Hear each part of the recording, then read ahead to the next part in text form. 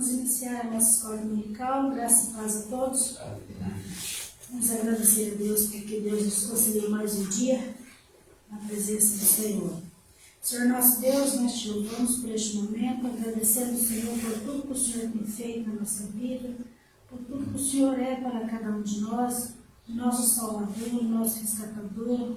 Nós sabemos, Senhor, que nós não somos nada sem o Senhor. O Senhor é o nosso Deus, quem o Senhor tem dado-nos o sustento que nós necessitamos.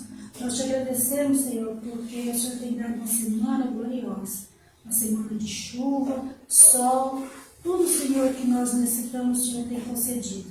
Muito obrigado, Senhor, porque o Senhor tem conservado a nossa vida na presença do Senhor. Neste momento estamos na tua casa. Aqui viemos, Senhor, para aprender a tua palavra. O Senhor abre o nosso coração, nossa mente, para que nós podemos entender a palavra do Senhor, gravar no nosso coração. Esteja, Senhor, com aqueles que não vieram, visita os corações de cada um nesse dia. O Senhor faz, Senhor, que cada um nos seus lares, aonde estiver, que o Senhor possa alcançar a cada um neste momento. Cada um possa tirar essa hora, Senhor, para uma reflexão e para o louvor do Senhor. Obrigado, Senhor, por conseguirmos mais esta vez para estar na tua casa. Pedimos que o Senhor esteja conosco, esteja com o professor, que o Senhor esteja falando no seu coração e dê entendimento, Senhor, para que ele também possa compartilhar conosco aquilo que o Senhor colocou no seu coração. E nós também podemos nos alegrar e também, Senhor, nós podemos receber essa mensagem para o nosso ensino. Fica conosco durante esse dia, que os nossos afazeres, Senhor, não sejam para a honra do nosso corpo, mas seja para a glória do Senhor. Nós te louvamos e agradecidos em nome de Jesus. Amém. Convido os irmãos para que abram suas Bíblias no Salmo 48. Grande é o Senhor e muito digno de ser louvado, na cidade do nosso Deus, seu santo monte. Belo e sobranceiro é a alegria de toda a terra. O monte Sião para os lados do norte, a cidade do grande rei. No palácio dele, Deus se faz conhecer como alto refúgio. Por isso, eis que os reis se religaram e juntos subiram-se. Pastores dele e se espantaram, tornaram-se de assombro e fugiram apressados.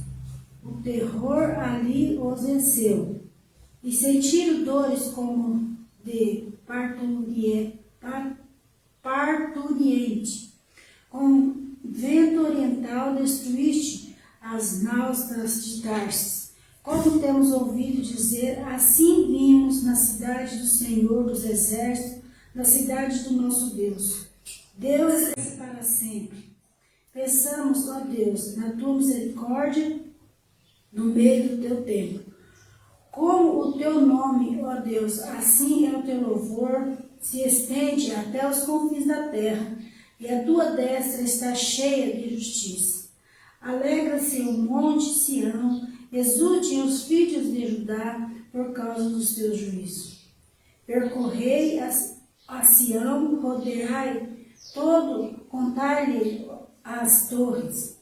Notai bem os seus baluartes, observai os seus palácios, para narrarem as gerações vindouras. Que este Deus é o nosso Deus para todo sempre. Ele será a nossa guia até a morte. Que Deus nos abençoe.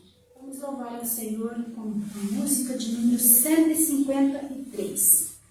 Com tua mão segura bem a minha, pois eu tão frágil sou o Salvador, que não me atreva a dar jamais um passo sem teu amparo, Cristo meu Senhor.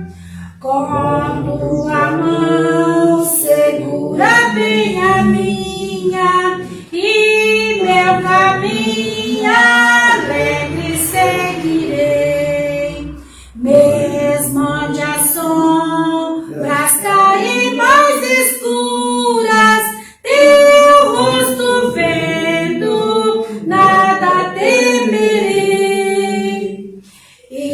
Se no momento de transpor o rio, que tu por mim vieste atravessar, com tua mão segura bem a minha, e sobre a morte eu hei de triunfar.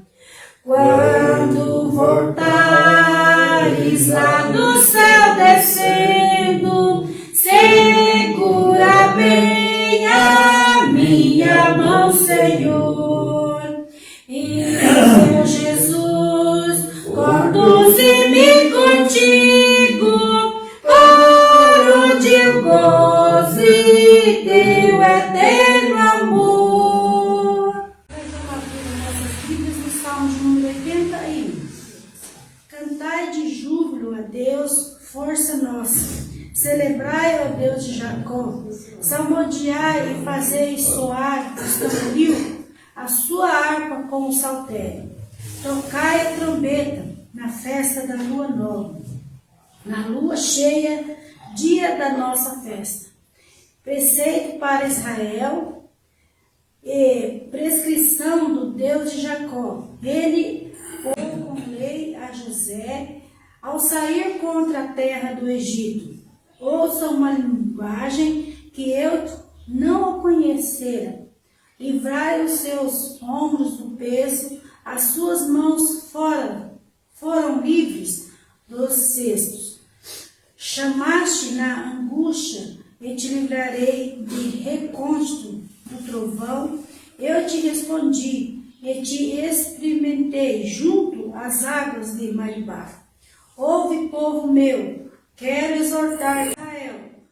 Se me escutasses, não haja no meio de ti deuses alheios, nem te prostrares entre deuses estranhos. Eu sou o Senhor teu Deus, que tirei da terra do Egito. Abre bem a boca e te encherei. Mas o meu povo não me quis escutar a voz, e Israel não me atendeu. Assim deixei-o andar na teimosia do seu coração, siga os seus próprios conselhos. Ah, se o meu povo me escutasse, se Israel andasse nos meus caminhos, eu de pronto lhe abateria o inimigo e deitaria a mão contra os seus adversários. Os que aborrecem ao Senhor se lhe submeteriam, e isso duraria para sempre. Eu os sustentaria com o trigo mais fino, e saciaria com mel que escorre na rocha. 750. Livres do medo, já resgatado, Cristo morreu por nossos pecados, na sua cruz o pacto se fez, fomos remidos de uma vez. Se de uma vez, amigo, acredita, nosso Salvador tem sorte bendita. Cristo na cruz a lei satisfez e redimiu-nos de uma vez. Ao malfeitor que a pena merece, vida e perdão e paz oferece. Venha Jesus com santa avidez, pois te recebe de uma vez. Se de uma vez, amigo, acredita, nosso Salvador tem sorte bendita. Cristo na cruz a lei satisfez e redimiu-nos de uma vez. Graça real, não há mais castigo, não mais temor, nem sombra ou perigo. Veste reais, não, triste nudez, Cristo enriquece de uma vez. Se de uma vez, amigo, acredita, nosso Salvador tens sorte bendita. Cristo na cruz a lei satisfez e redimiu-nos de uma vez. Filhos de Deus, ó, gozo inaudito, Deus nos amou em grau infinito. Nesta clemência não há doblez, a segurança de uma vez. Se de uma vez, amigo, acredita, nosso Salvador tem sorte bendita. Cristo na cruz a lei satisfez e redimiu-nos de uma vez. Palavra certa, professor, para continuidade da escola. Bom dia, irmãos, graça e paz. Amém. Vamos assim dar início ao nosso estudo nessa manhã. Eu convido os irmãos para que abram suas Bíblias no texto de Êxodo, capítulo 25. No livro de Êxodo, no seu capítulo 25, dos versículos 1 ao 9. Ao 9 diz: Disse o Senhor a Moisés: Fala aos filhos de Israel que me tragam oferta de todo homem cujo coração mover para isso. Dele recebereis a minha oferta. Esta é a oferta que dele recebereis: ouro e prata e bronze, Estofa azul e púrpura e carmesim e linho fino e pelos de cabra, e peles de carneiro, tintas de vermelho e peles finas e madeira de acácia, azeite para a luz, especiarias para o óleo de unção e para o incenso aromático, pedras de ônix e pedras de engaste para a estola sacerdotal e para o peitoral. e me farão um santuário para que eu possa habitar no meio deles. Segundo tudo o que eu te mostrar para o modelo do tabernáculo e para o modelo de todos os seus móveis, assim mesmo o fareis. Versículo 9, dando ênfase nele: segundo tudo o que eu te mostrar para o modelo do tabernáculo e para o modelo de todos os seus móveis, assim mesmo o fareis. Nosso estudo hoje, como não é nenhuma novidade aí pelo tempo, é a respeito do tabernáculo. A maioria das pessoas, creio eu, eu acredito que vai concordar comigo, não gostam de ler manuais de instruções. Talvez você seja uma dessas, Você adquire ali uma compra, um objeto que vem desmontado, ele vem com o manual ali, às vezes grande, extenso, cheio de passos, regras, instruindo a como montar, mas você ignora, você resolve seguir sua boa e velha intuição. Muitos acreditam talvez que é perca de tempo, né? Gastar ali lendo todas aquelas instruções, né? E prefere assim optar logo a iniciar, a seguir a intuição mesmo, para montar o equipamento, o objeto que esse assim adquiriu. Semelhantemente, algumas pessoas, em sua leitura bíblica, quando se deparam com textos como este, de Êxodo 25, até o capítulo 31, que falam das instruções acerca do tabernáculo, e que são repetidas no capítulo 35 ao 40, ou seja, mais de 10 capítulos falando só sobre as instruções ali, detalhadas acerca dessa obra, o tabernáculo, talvez sejam tentados, e muitos deles até façam isso de fato, pular textos como esse em sua leitura bíblica. Porque parecem não ver muito sentido ficar lendo acerca de instruções tão detalhadas de uma obra que já não faz mais parte ali, ou não faz parte do cotidiano e do contexto da vida deles. E de certamente, creio eu, que particularmente não é um dos textos preferidos nossos da Bíblia.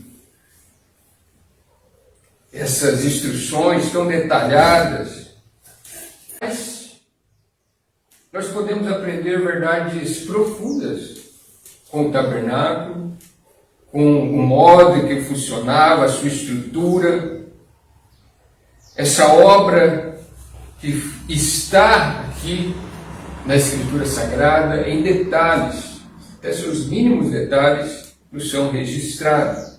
Há várias referências na Bíblia sobre o tabernáculo.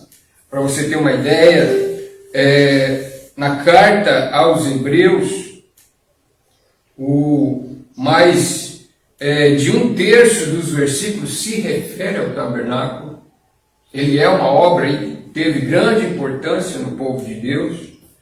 E nós podemos aprender verdades profundas acerca do caráter de Deus, do seu relacionamento com o seu povo, a condição do homem diante de Deus, expiação e outros assuntos. Quando nós observamos essa obra, a sua estrutura, a sua funcionalidade e o propósito, ou o símbolo, né, e a representação que era essa obra, o tabernáculo. Então hoje eu quero traçar aí com os irmãos, falar um pouco acerca, é claro que tudo aqui ainda é pouco que nós vamos conversar, né? Poderia falar muito, vários estudos a respeito aí do tabernáculo, então uma visão geral, o máximo aí que eu consegui resumir. E então eu quero traçar aí, nós seguiremos pelo projeto, o tabernáculo em seu projeto, o método que foi usado para a construção do tabernáculo, a sua estrutura, falar um pouco de como ele era. Então, por fim, o propósito ali pelo qual ele foi construído, aquilo que ele representava para o povo de Israel e também aquilo que ele pode assim simbolizar para nós nos dias de hoje. Então, nosso primeiro ponto é esse, o projeto do tabernáculo. Vou colocar aqui embaixo. Deus, ele é arquiteto e carpinteiro. É incrível isso. Porque foi Deus que, quando chamou Noé para construir uma arca, é Ele que deu as medidas. É o próprio Deus que dá as medidas que Noé deveria fazer a arca. É Deus que é cheio de sabedoria e dá sabedoria aos homens. E criou homens à sua imagem, por isso sim dotados de inteligência e conhecimento. É Deus então que vai projetar aí o tabernáculo, ou como arquiteto dar a planta do tabernáculo a Moisés. Este ali que é ilustrado na imagem, usando como modelo um tabernáculo celestial, não construído por mãos humanas, o autor de Hebreus vai dizer, mas pelo próprio Deus. Usando esse modelo, ele faz uma planta e passa assim a Moisés, para que o povo de Israel construa um tabernáculo terreno servindo ali quando Moisés estava no Monte Sinai, o povo diante do Monte Sinai. Esse é o contexto do capítulo 25, ali, eles recebendo a lei, as ordenanças, ali, os mandamentos de Deus, mas também recebendo essa instrução acerca dessa obra que o povo deveria fazer, construir um local que servisse ali de culto a Deus, onde o povo de Israel poderia fazer suas celebrações, festas e sacrifícios ao Senhor. É claro que esse local não foi exclusivo. Aqui no caso, Israel, agora, esse local seria o centro da adoração de Israel, mas não estava limitada a somente ele só. Antes, ali houve um período, um período de Gênesis, nos registrado, que os patriarcas, eles ofereceram sacrifício e construíram outros altares a Deus, como forma ali de adoração ao Senhor. Mas não existia um templo ao Deus de Israel. Não havia um local ali público ali para toda a comunidade, até porque o povo de Israel ainda não era uma grande comunidade, mas à medida que ele se tornou, ou seja, agora uma grande nação, Deus então os chamando, os libertando do Egito, agora resolve colocar, instruí-los a construir um local público que se tornasse o centro da adoração do povo. E assim, e desse modo, pudessem eles oferecerem e cultuarem o Senhor. Então aqui tem um detalhe importante. Deus é quem estabelece a maneira pela qual o seu povo deve adorá-lo.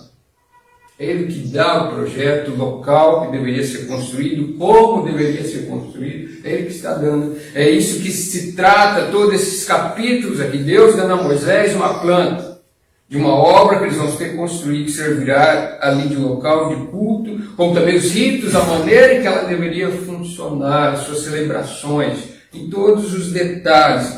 Deus dando essas instruções de como o povo deve se relacionar com Ele, como eles deveriam cultuá-lo.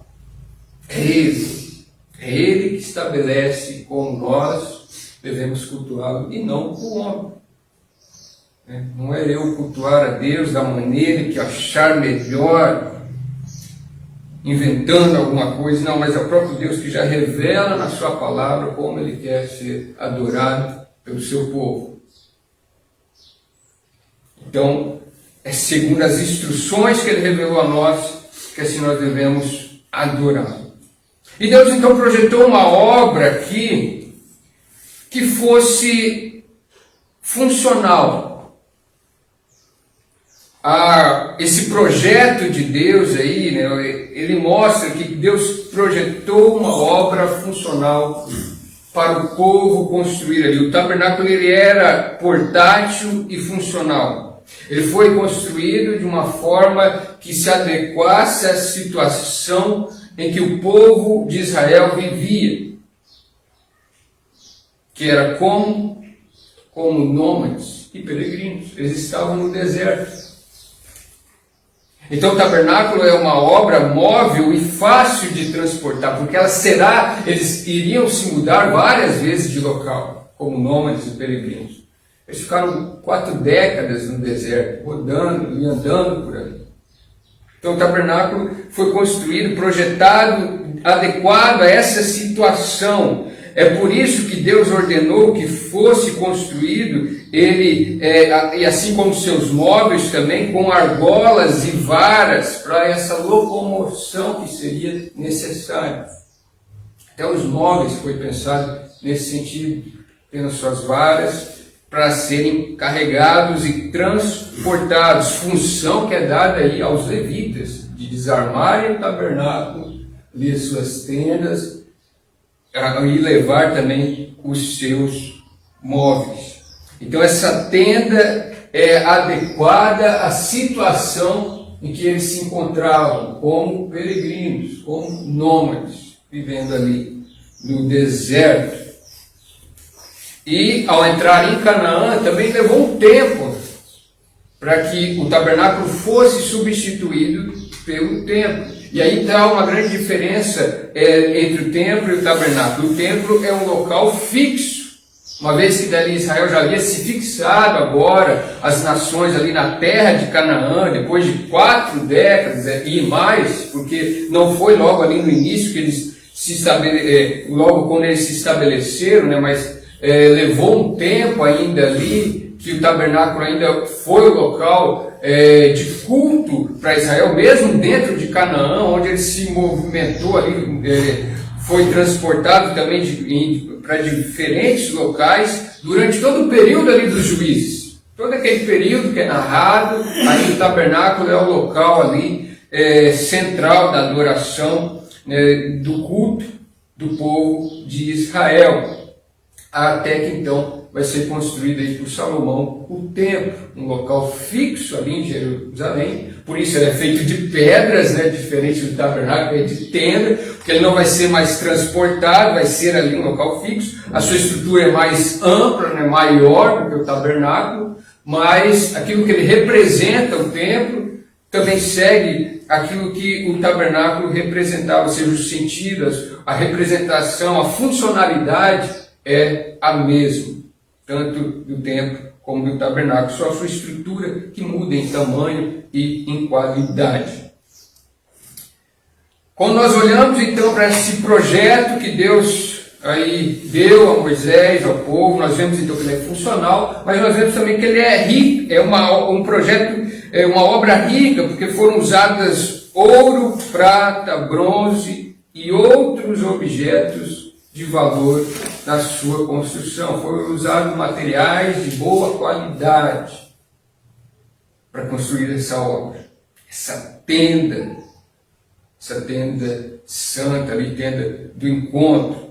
Além disso também é um projeto de uma obra bela.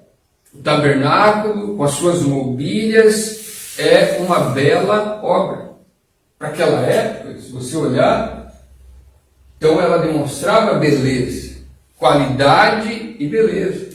Funcionalidade, qualidade e beleza. Era um templo, né? Seria um local de culto ao Senhor. Então, os seus utensílios ali foram feitos por obra de artista, rico em detalhes. E foi Deus quem capacitou, né, os construtores ali com habilidade artística. Capítulo 26, versículo 1, olha só: farás o tabernáculo que terá 10 cortinas de linho retorcido, estofo azul, púrpura e carmesim, com querubins, e as farás de obra de artista.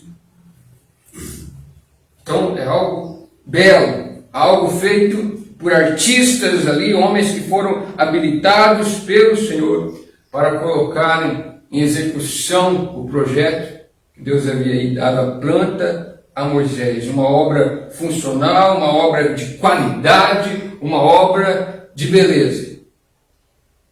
É esse o projeto que Deus deu ao povo, que por vários anos foi o lugar aí, mais de 4 décadas, o local onde o povo de Deus se reunia para adorar.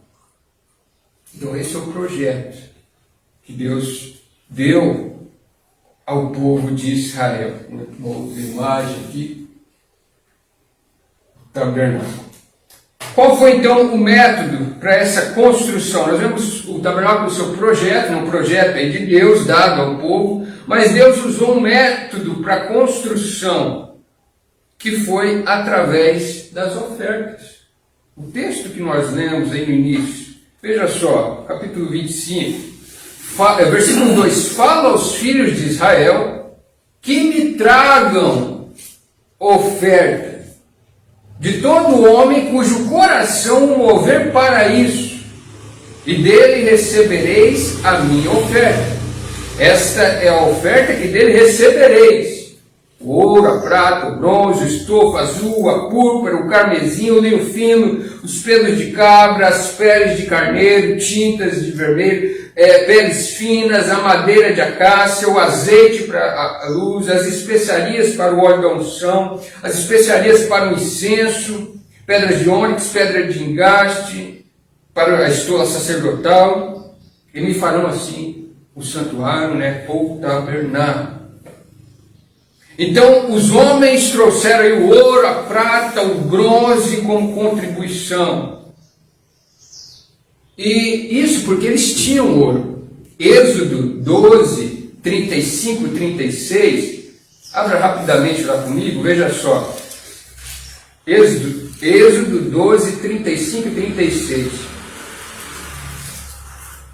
Fizeram, pois, os filhos de Israel, versículo 35, Êxodo 12, 35. Fizeram, pois, os filhos de Israel, conforme a palavra de Moisés, e pediram aos egípcios objetos de prata e objetos de ouro e roupas. E o Senhor fez que o seu povo encontrasse favor da parte dos egípcios, de maneira que estes lhes davam o que pediam e despojavam os egípcios. Quando eles saíram do Egito, eles saíram com bastante ouro, prata e riquezas. Então eles tinham. Eles têm esse material para ser usado, na construção do tabernáculo. Eles também derrubaram aí árvores, né, de acácias, árvores aí de 5 e 6 metros, admiráveis no deserto, de boa madeira, de uma cor avermelhada, carmesim. Fizeram tábuas e as trouxeram. As mulheres aí trouxeram seus tecidos, os bordados, o linho. Também foi usado então aí os pelos de carneiro, os pelos de cabra, e não faltou azeite para a luz, as especiarias para o óleo da unção, as especiarias para o incenso. E detalhe aí no versículo 2, como é destaque, as ofertas não eram por obrigação, mas voluntário, conforme cada um se dispunha em seu coração. Tanto os homens e as mulheres, assim eles davam. Veja aí o versículo 2, fala aos filhos de Israel, que me tragam a oferta de todo homem cujo coração o mover para isso, e dele recebereis a oferta. E daí que ele fala que oferta teria que ser. Então Deus, ele deseja que todos participem do privilégio de contribuir aí na sua obra.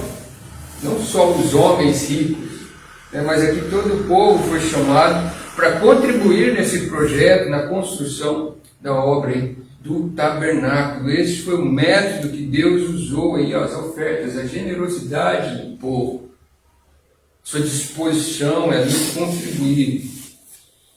É isso que ele quer, que o homem se disponha alegremente. Em 2 Coríntios 9, 7, né, Paulo fala, né, que Deus deseja e quer com o coração alegre e disposto, ou seja, que Deus ama quem dá com alegria. O interessante, e aí já faço uma pergunta a você aqui, uma aplicação rápida. De que maneira você tem usado os seus recursos, ou especificamente o dinheiro? Será que aquilo que o Senhor te dá, aquilo que Ele dá a nós, aonde você tem investido? Que locais? Será que você se preocupa, que nem isso, em contribuir também no reino de Deus, na igreja? Porque o povo de Israel, eles não contribuíram só na construção do tabernáculo. Vamos rapidamente para o capítulo 32, para lembrar um outro momento, enquanto Moisés estava no monte, recebendo ali a lei, o que o povo estava fazendo? Você conhece muito bem, ou seja, eles chegam a Arão, eles pensam que Moisés não vai voltar mais, e eles pedem um Deus. Eles querem ali um Deus para ser adorado, alguém. E Moisés, olha o que ele instrui então o povo. Êxodo 32, versículo 2: Disse-lhes Arão: Tirai as argolas de ouro das orelhas de vossas mulheres, vossos filhos e vossas filhas, e trazei-mas. Então todo o povo tirou das orelhas as argolas e as trouxeram. Este, recebendo-as das suas mãos, trabalhou o ouro com buril e fez dele um bezerro fundido. Então disseram: são estes, ó Israel, os teus deuses que te tiraram da terra do Egito. Olha só. Deus estava ali chamando, e Israel vai fazer isso, eles vão contribuir com ofertas para a construção do tabernáculo, mas houve um momento ali antes, enquanto Moisés está ali recebendo as instruções, que eles se dispuseram a dar do ouro, né, das argolas, né, dos seus recursos, para construir um bezerro e adorá-lo. Ou seja, promovendo e contribuindo assim, contribuindo para a promoção da idolatria. Então eu volto na pergunta: como nós temos investido os nossos recursos ou o nosso dinheiro? Será que é também assim no reino de Deus, no serviço ao reino de Deus, em cumprir seus projetos? Ou talvez para promover idolatria do nosso coração? Esse foi o método que Deus usou, a oferta generosa do povo para que o tabernáculo fosse construído. Agora então nós vamos entrar na estrutura do tabernáculo. O tabernáculo ele era um santuário ali, conhecido também como a morada de Deus. Ele veio a ser o local onde Deus se encontrava com o seu povo. E ele consistia aí em duas partes, né? O tabernáculo, essa estrutura aqui, e o seu átrio. Essa imagem vai ajudar. Essas duas partes, então. Aqui era o tabernáculo, e aqui esse retângulo gigante era o átrio ou o pátio do tabernáculo. Essas seriam as duas partes dele. O átrio, né, ou o pátio, Êxodo 27, 18, é que vai ali falar a respeito da construção desse pátio. Ele era cercado por cortinas brancas, como é ilustrado aqui, cercado por cortinas brancas, apoiadas em pilares de bronze, de 2,5 metros de altura, limitando uma área aproximadamente de 50 por 25 metros, 20 colunas de cada lado, mais 10 colunas nos fundos e outras 10 na frente. Cercava aí um terreno em forma de retângulo. A entrada ficava no lado oriental e media 9 metros de largura. Aqui que seria a entrada. Então esse seria o pátio do tabernáculo, ou chamado assim, átrio do tabernáculo. Dentro do pátio, então, havia dois móveis. Um deles, o altar do holocausto. O israelita entrava lá no pátio, se você fosse naquela época, você entraria no pátio e ia se deparar ali com o altar do holocausto, ou o altar de bronze, também se chamado. Êxodo 27, do 1 ao 8, e Êxodo 38, do 1 ao 7, vai falar acerca do altar aí de bronze, feito de madeira, revestido de bronze, media aí 2,25 metros de cada lado, em torno de 1,35 metros de altura, e nele eram oferecidos sacrifícios, ali o holocausto, os animais que eram totalmente queimados, 2 vezes por dia, segundo capítulo 29, versículo 38 ao 42. Havia nele uma grelha no centro para sustentar ali a carne que era queimada. Essa peça ela tinha as argolas em seu canto para serem colocadas as varas, porque ela seria transportada, lembrando aí, né, ela era transportada quando necessário. E havia também esses 4 chifres, que é chamado, né, nos seus cantos, que inclusive era um lugar de refúgio.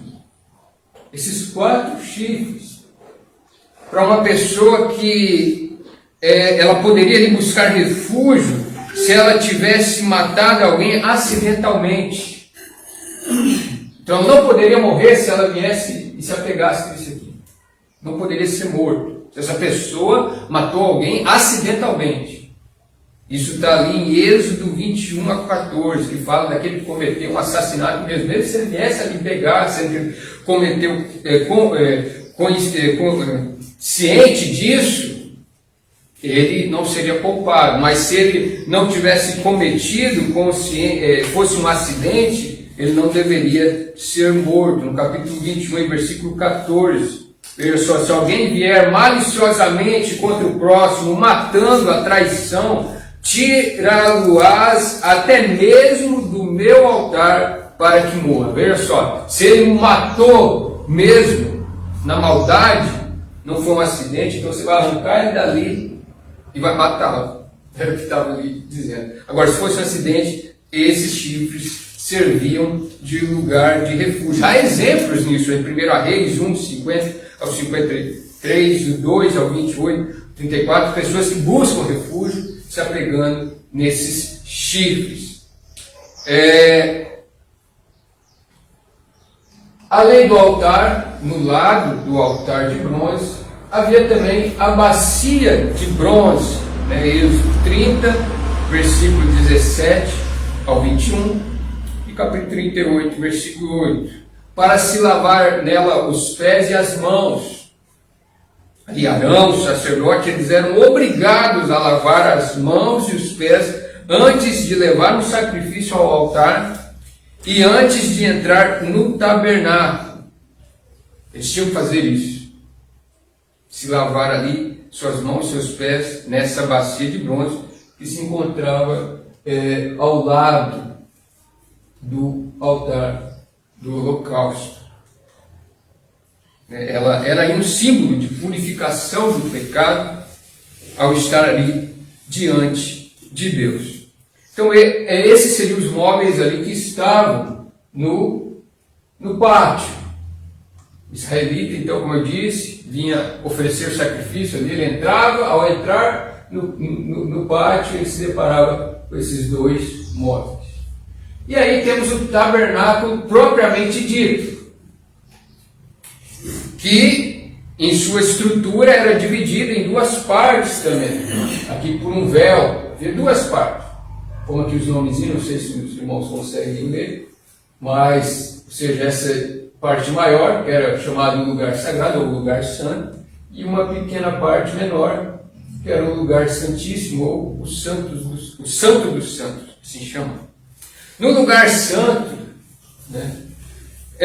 media aí em torno de 4,5 metros de altura e 9 de comprimento, e somente os sacerdotes podiam entrar ali. Então veja só, você é um israelita, não é um sacerdote, você entraria no seu local, você estaria restrito, você só poderia entrar aqui no pátio, você não teria acesso de entrar no tabernáculo.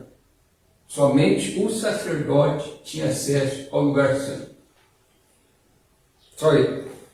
E ali dentro, eles se deparavam, havia 3 móveis.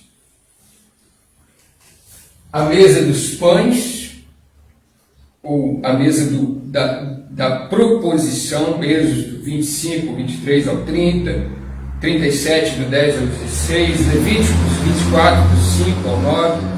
Media essa mesa em torno de 70 centímetros de altura e 45 de largura e 90 de comprimento. E em cima dessa mesa, por isso que ela é chamada mesa dos pães, havia os pães da presença de Deus. Eles eram colocados ali, todos os sábados, 12 pães, um pão representando a cada tribo de Israel, como oferta a Deus. Eles eram semanalmente trocados e apenas os sacerdotes podiam comer eles quando envelheciam. Então esse era um dos móveis, dos 3 móveis que estavam ali dentro do lugar santo, no tabernáculo. Além dele, então, o candelabro, Êxodo 25, do 31 ao 40, 37, do 17 ao 24, feito de ouro puro, com torno aí de 1,5 metro de altura, 1,5 m de altura e 1 metro de largura de cima, né, na parte de cima aqui, em torno de 1 metro, com suas 7 lamparinas que iluminavam ali o lugar santo. As lâmpadas elas deveriam ser acesas ao entardecer e mantidas acesas até o amanhecer, aí, segundo o capítulo 27, versículo 20 e 21. E o formato desse candelabro, aí, essa forma aqui que você vê, ele é usado, ele é um símbolo, né, até hoje comum no judaísmo, que é chamado de menorá. Até hoje você vai encontrar candelabros nessa forma dentro da cultura judaica, por conta dessa referência aí do candelabro do tabernáculo depois do templo. Então, a mesa dos pães, o candelabro e o altar do incenso.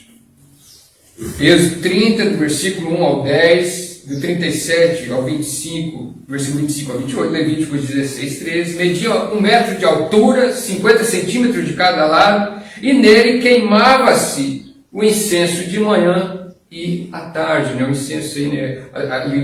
Que era um aroma suave, né? E que era símbolo aí das orações e louvores do povo de Deus. Então, esses 3 móveis estavam aqui no lugar santo: a mesa dos pães, o candelabro e o altar do incenso, diante aqui do véu, que fazia uma separação, o lugar santo e um lugar menor, chamado Santos dos Santos, o lugar santíssimo, a segunda parte menor, e que ali estava o móvel mais importante, né? A Arca da Aliança, e o propiciatório, né? Que era a sua tampa, né? A Arca da Aliança como um todo, mas o propiciatório que seria a sua tampa. Êxodo 25, do 10 ao 22, 37, do 1 ao 9. O mais sagrado de todos os móveis da tenda. E algo interessante, voltando aqui, né? O israelita só podia, o adorador israelita só podia entrar aqui no pátio. Os sacerdotes tinham acesso ao lugar santo, mas somente o sumo sacerdote podia entrar no Santo dos Santos, e uma vez no ano, no dia da expiação, ele entrava no Santo dos Santos. Então veja essas restrições acerca do culto de Israel no Antigo Testamento, né? Que essas restrições continuaram depois da construção do templo. A estrutura muda, como eu falei, mas as celebrações são mantidas, né? A sua funcionalidade e propósito continuam iguais ao do tabernáculo, mesmo no templo. Então, a Arca da Aliança, o mais sagrado de todos os móveis, era uma caixa de madeira revestida de ouro, com um formato de 125 centímetros por 75 centímetros, tendo altura de 75 centímetros. A tampa dela era chamada do propiciatório, que continha esses 2 querubins esculpidos, né, feita de ouro. Dentro dela estava, então dentro da arca, né, foi colocada as tábuas dos mandamentos, né, da aliança, dos 10 mandamentos, a vara de Arão que veio a florescer, e um pote também ali contendo o maná, foi posto dentro da Arca da Aliança. Essa arca aí, ela é também chamada de trono de Deus em alguns textos, e o estrado dos seus pés, né? Era ali que Deus vinha se encontrar, né? Falar com o homem. Ela era esse símbolo aí da presença de Deus com o povo de Israel. Então o tabernáculo ele era bem diferente dos templos pagãos, que tinham imagens representadas ali, representando seus ídolos. O tabernáculo não. O tabernáculo não havia nenhuma imagem nele que dissesse: esse é Deus. Não havia nada.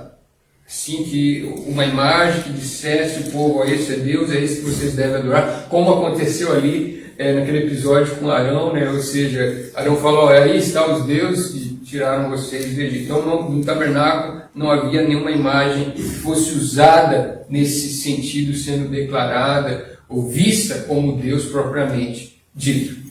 Então essa seria a estrutura, de uma maneira bem rápida, do tabernáculo aí, lembrando então as suas divisões, né? O átrio, o tabernáculo propriamente dito, né? Dividido em duas partes: lugar santo, lugar santíssimo, e os móveis que foram construídos e ali residiam.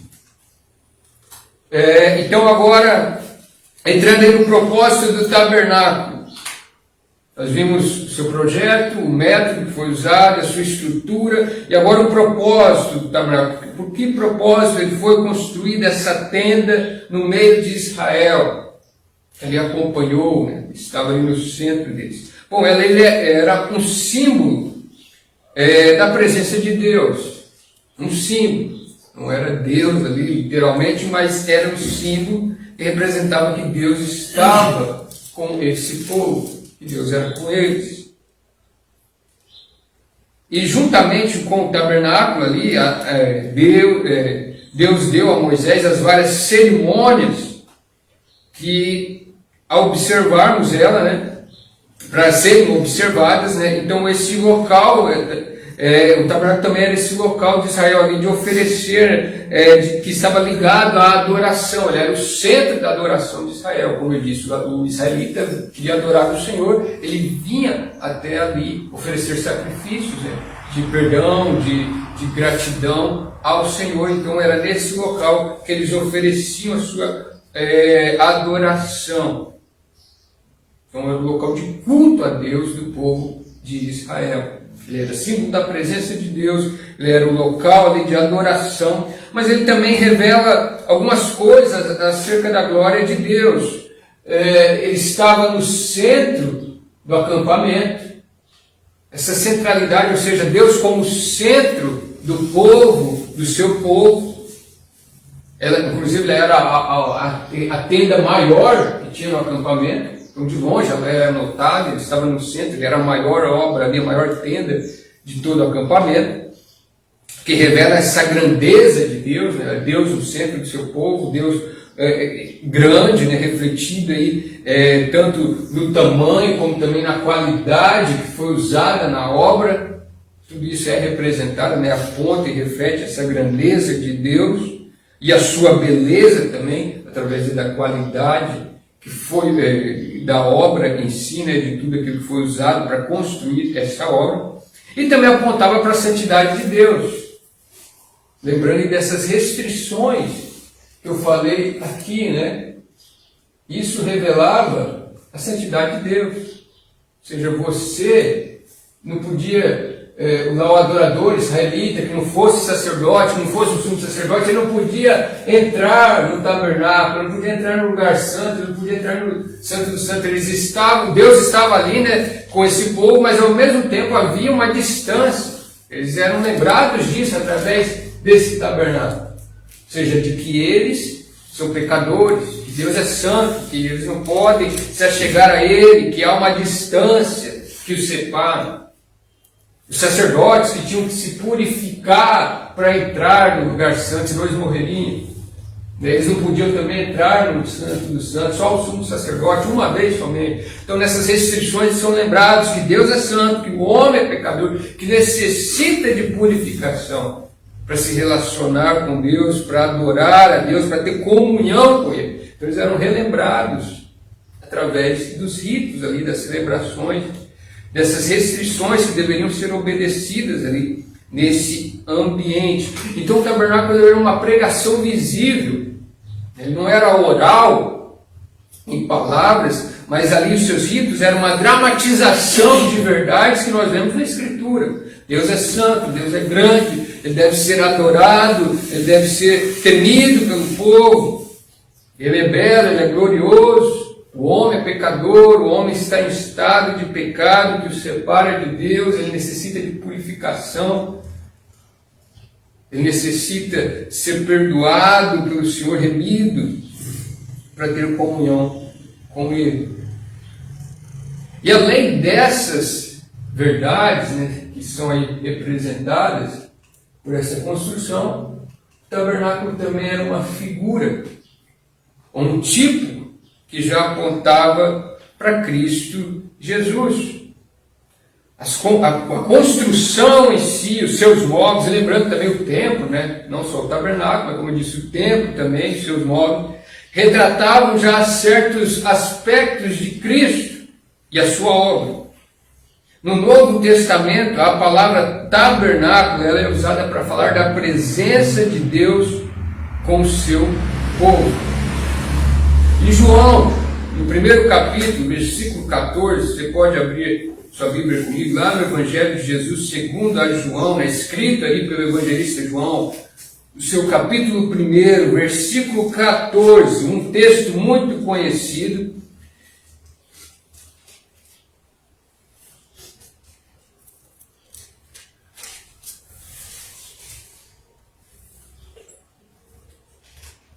João 1,14, olha só o que diz.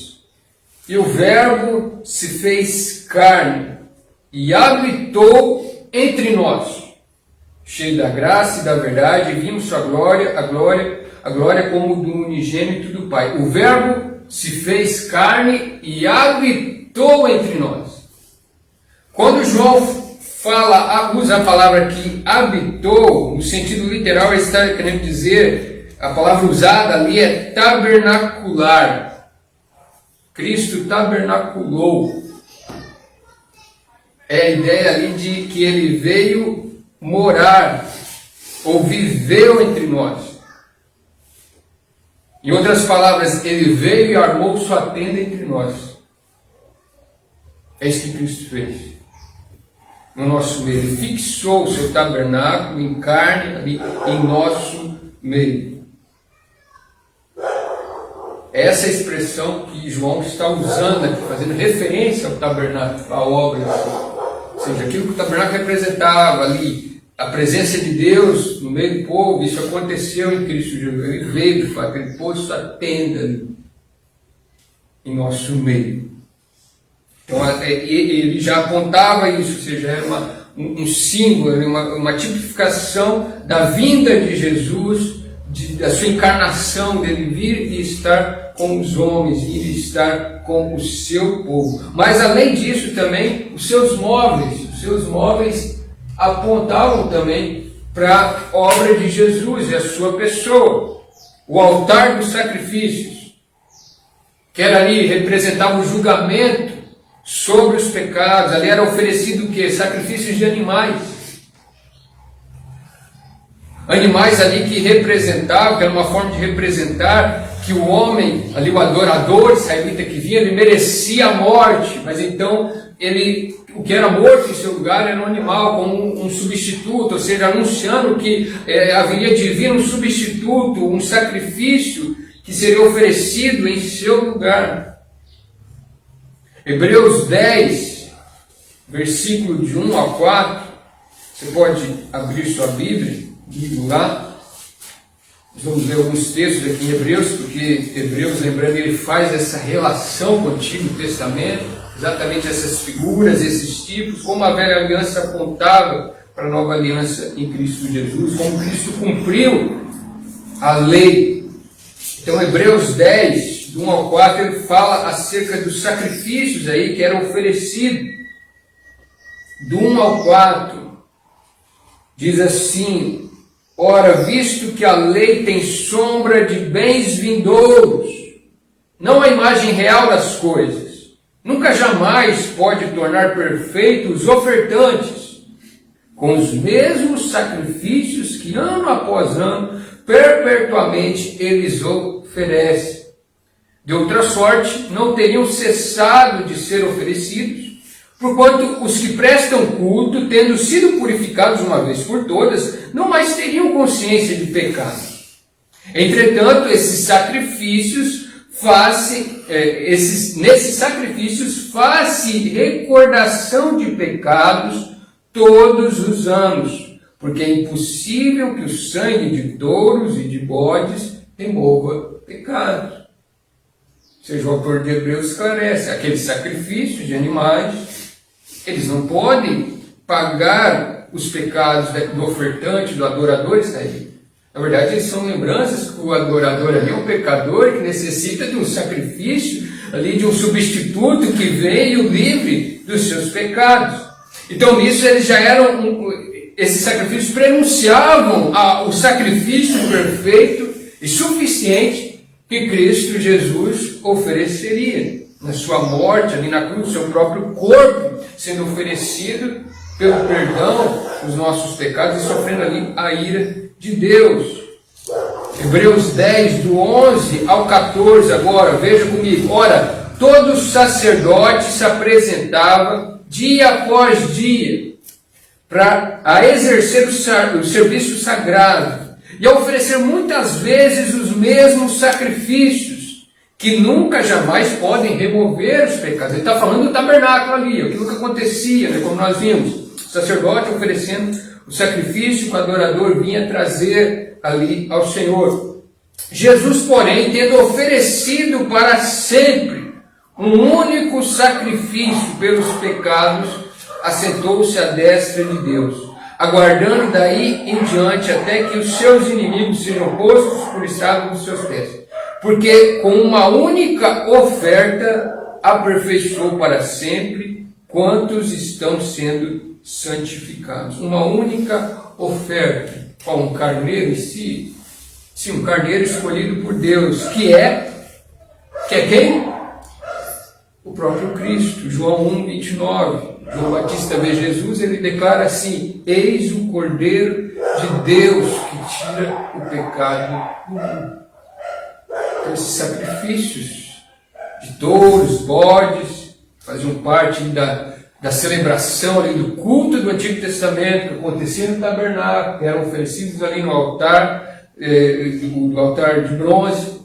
Eram já representações, já eram anúncios, pré-anúncios do sacrifício que Cristo ofereceria uma única vez, um sacrifício perfeito e único e suficiente para se livrar do seu povo dos seus pecados. A bacia de bronze, a água ali, os sacerdotes tinham que lavar as mãos, os pés, ou seja, passarem por um rito de purificação para se adentrar no lugar santo.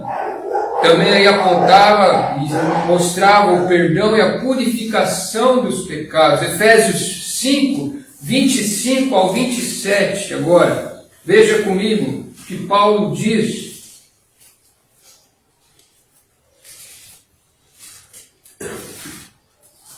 Efésios 5, 25 e 27 ao 27.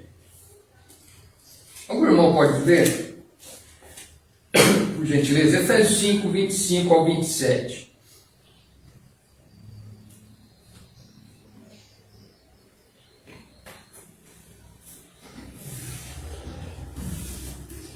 Um só. 25 a 27 do capítulo 2, né? Efésios 25. 25. Capítulo 5, 25 a 27. Maridos, amai vossas mulheres, como também Cristo amou a igreja, a si mesmo se entregou por ela, para que santificasse, tendo-a purificado por meio da lavagem de água pela palavra, para apresentar a si mesmo igreja gloriosa, sem mácula, sem ruga, nem coisa semelhante, porém santa e sem defeito. Sem defeito. O tabernáculo, o homem era lembrado ali que ele era impuro e necessitava de ser purificado.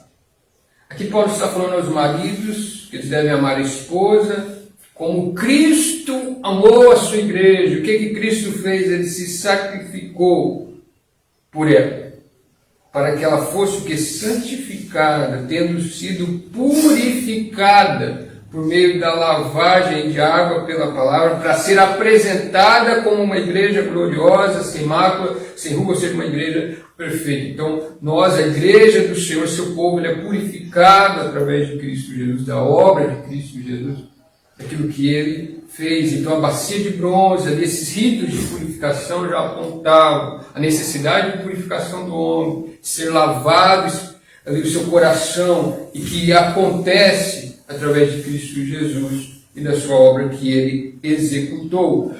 A mesa dos pães representava a presença de Deus com o seu povo e a sua provisão também para eles, né? Ali com o maná que caiu do céu. Então também apontava para a comunhão que nós temos com Jesus e aquilo que recebemos dele.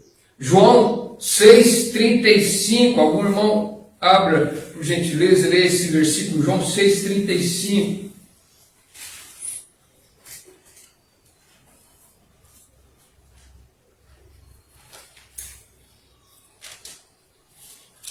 Declarou depois Jesus: Eu sou o pão da vida, o que vem a mim jamais terá fome, e o que crê em mim jamais terá sede.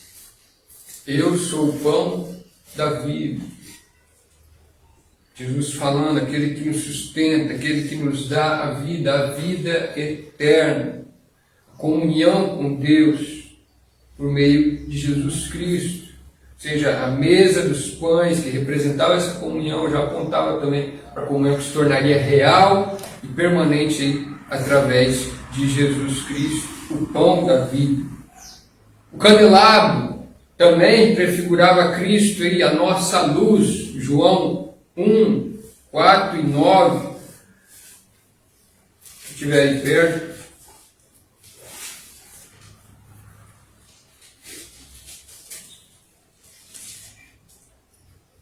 A vida estava nele e a vida era a luz dos homens. Versículo 9. A saber, a verdadeira luz que, vindo ao mundo, ilumina a todo o homem.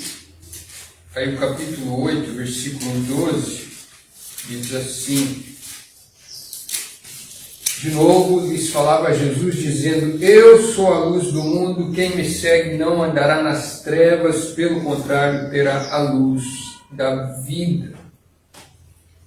Então o candelabro ali que iluminava o lugar santo, já era também uma prefiguração de Cristo, a luz do mundo, aquele que viria para dissipar as trevas, para resplandecer assim a luz do Senhor na plenitude do poder do seu Espírito e em nossas vidas, em nossos corações. O altar do incenso, que representava aí a misericórdia, então, na face do sangue vertido. Então ele era uma figura de Cristo como o nosso intercessor. Ali o altar do incenso, né? O incenso representava as orações, os louvores do povo.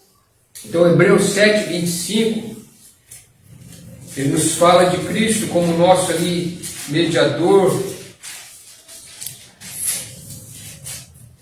Hebreus 7, 25.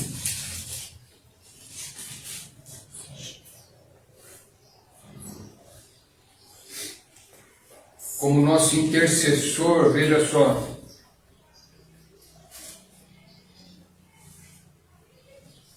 O irmão pode ler? Hebreus 7, 25. Por isso também pode salvar totalmente os que por ele se chegam a Deus, vivendo sempre para interceder por eles. Vivendo sempre para interceder por eles.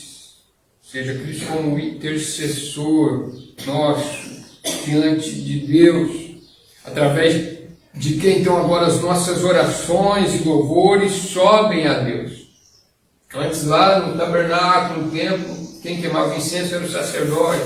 Aquilo representava a oração, os louvores do povo. Então Cristo é o sumo sacerdote que está no tabernáculo no céu, ou seja, Ele é aquele que intercede em nosso favor, por meio de quem nossas orações, nossos louvores agora são aceitos e recebidos pelo Senhor. Por fim, a Arca da Aliança, né? Sua representação também, aquilo que ela significava, a presença de Deus, é muito claro. Que também apontava aí, ou seja, a presença de Deus em Cristo, né? Cristo, o próprio Deus que se encarnou, que veio morar conosco, que fixou sua tenda em nosso meio. E Cristo, Ele entrou no tabernáculo celestial.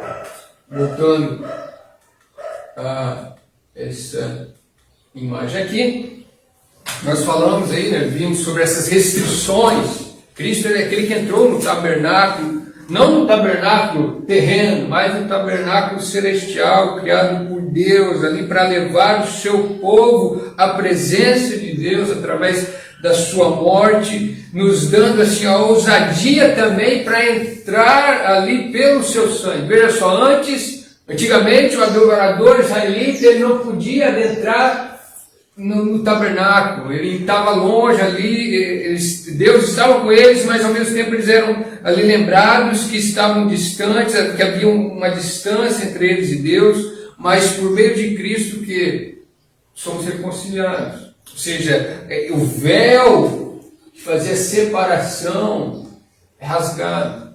Isso acontece na morte de Cristo, né? Falar que o véu se rasgou, ou seja, abriu-se um caminho agora que dá acesso ao trono de Deus, aquilo que a arca ali representava, né? Antes o israelita não podia tocar na arca, ele não podia ver ali a arca, porque senão ele morreria, mas por causa de Cristo agora nós temos acesso ao trono de Deus, nós podemos já chegar a ele. Hebreus capítulo 9, versículo 11 ao 12, diz aí, ó: é isto uma parábola para a época presente, segundo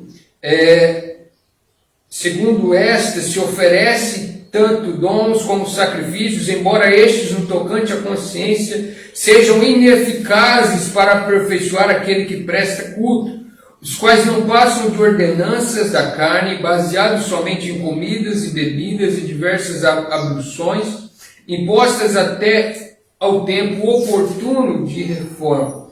Quando, porém, veio Cristo como sumo sacerdote dos bens já realizados, mediante o maior e mais perfeito tabernáculo, não feito por mãos, quer dizer, não desta criação, não por meio de sangue de bodes e de bezerros, mas pelo seu próprio sangue, entrou no Santo dos Santos, uma vez por todas, tendo obtido eterna redenção. Então Cristo é aquele que adentrou no Santo dos Santos, abrindo assim um caminho. Hebreus 10, do 19 ao 22. Tendo, pois, irmãos, intrepidez para entrar nos Santos dos Santos. Antes não podia, agora pode, porque quem entrou lá primeiro, como nós vimos ali anteriormente? Cristo. Pelo sangue de Jesus, olha só o caminho que ele fez, pelo novo e vivo caminho que ele nos consagrou pelo véu, isto é, pela sua carne que foi rasgada, e o véu assim se rasgou, e tendo um grande sacerdote sobre a casa de Deus, aproximemo-nos com sincero coração, em plena certeza de fé, tendo o coração purificado de má consciência e lavado o corpo com água pura.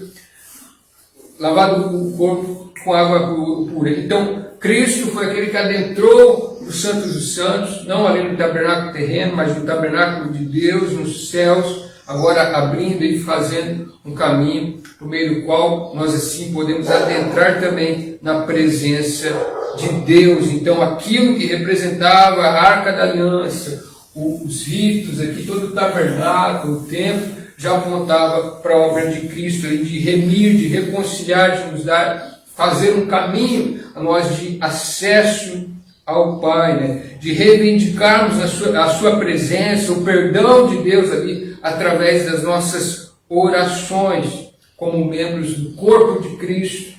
Podemos assim agora nós adentrarmos na presença santa de Deus. Então, todo o tabernáculo já era um símbolo, seus móveis, os ritos, já apontavam para Jesus Cristo e para aquilo que ele faria, né, a sua obra na cruz. Então, não só esse, mas todas as figuras do Antigo Testamento, eles apontam para Cristo Jesus. Então, nós devemos, né, identificá-las com Cristo Jesus. Nós devemos identificar essas figuras com Jesus Cristo. a cultura aí religiosa antiga, né, do povo de Israel, aquilo que eles faziam aí no tabernáculo, esse culto aí, esses ritos, ela não tem mais valor algum para a espiritualidade nossa, do cristão e a sua devoção no dia de hoje, e nem para o Senhor, porque elas já cumpriram a sua função. Elas já cumpriram.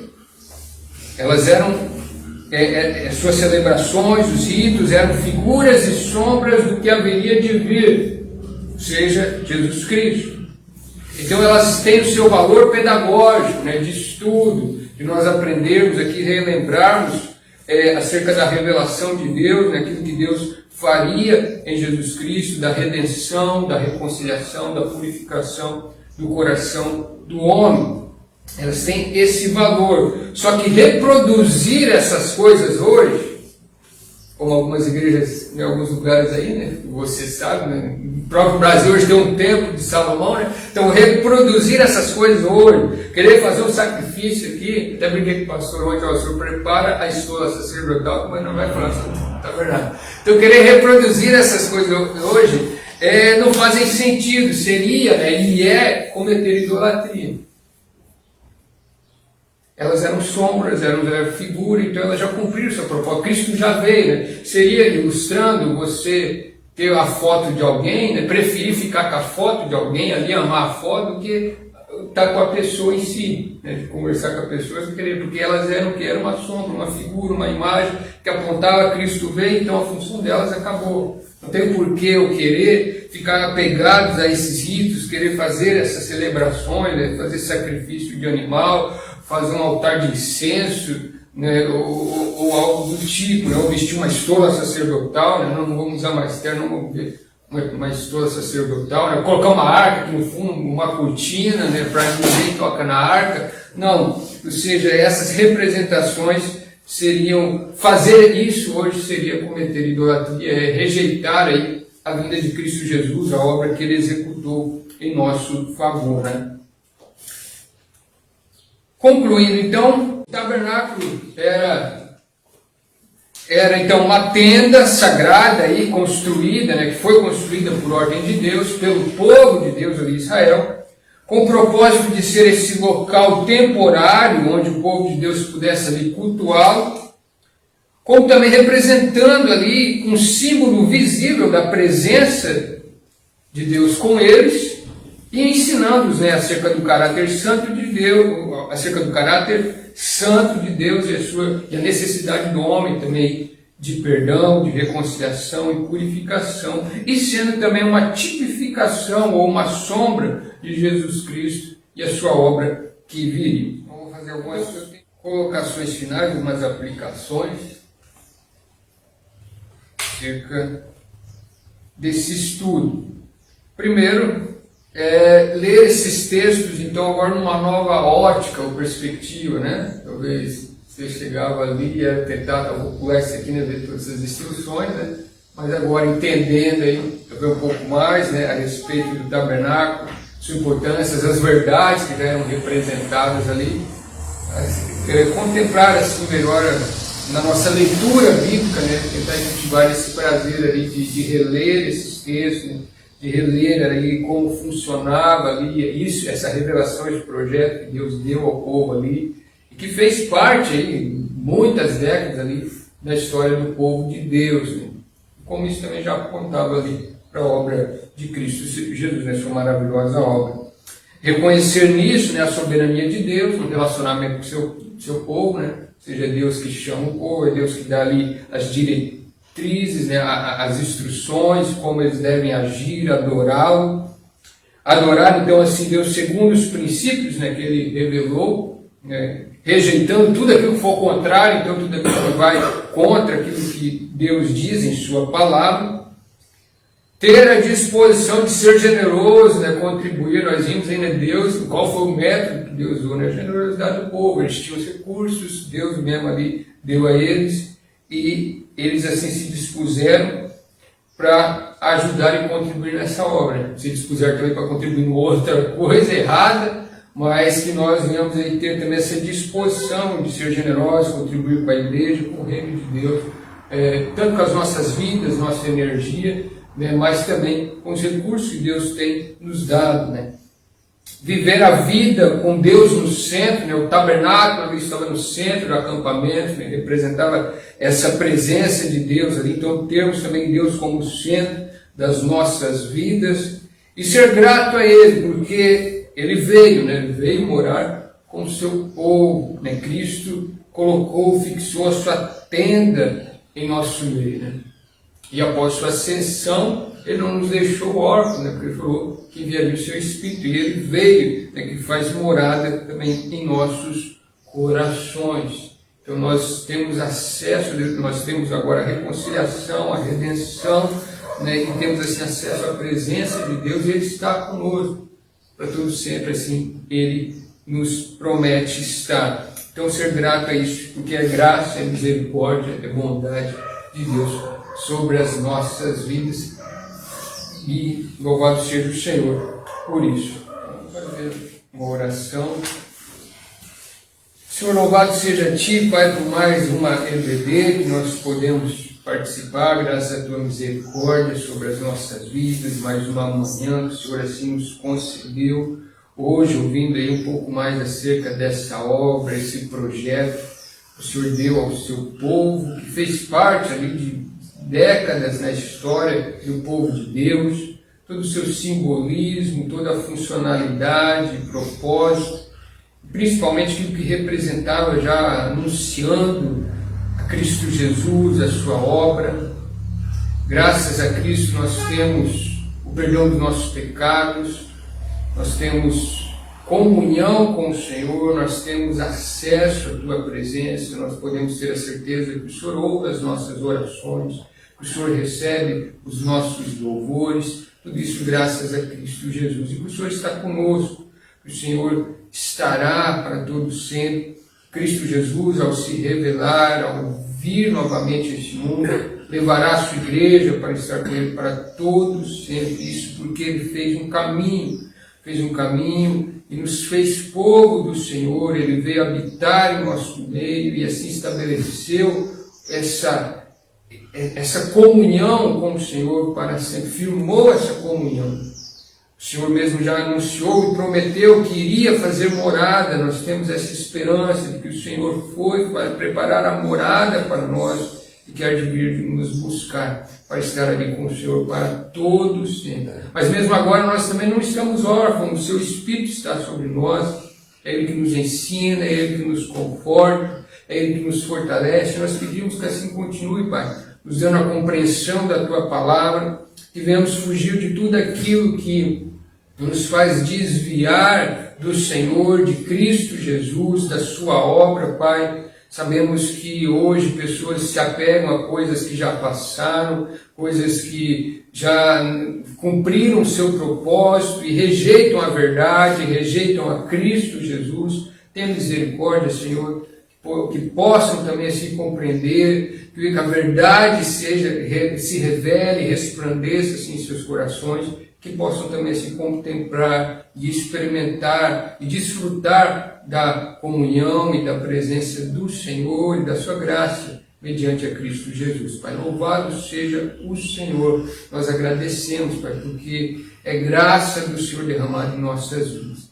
O Senhor nos deu um bom domingo, um bom almoço, uma boa tarde com a nossa família, talvez amigos, Pai, ou algum talvez terá ainda algum compromisso ou obrigação, que o Senhor esteja abençoando e que mesmo nessa tarde possamos estar nos preparando, nos colocando na sua presença, orando, lendo a palavra e já nos preparando para a noite retornarmos aqui a este culto para agradecer o Senhor, para exaltar o Senhor, que é o nosso Deus, é Deus de graça, de amor, um Deus eterno, um Deus santo e poderoso.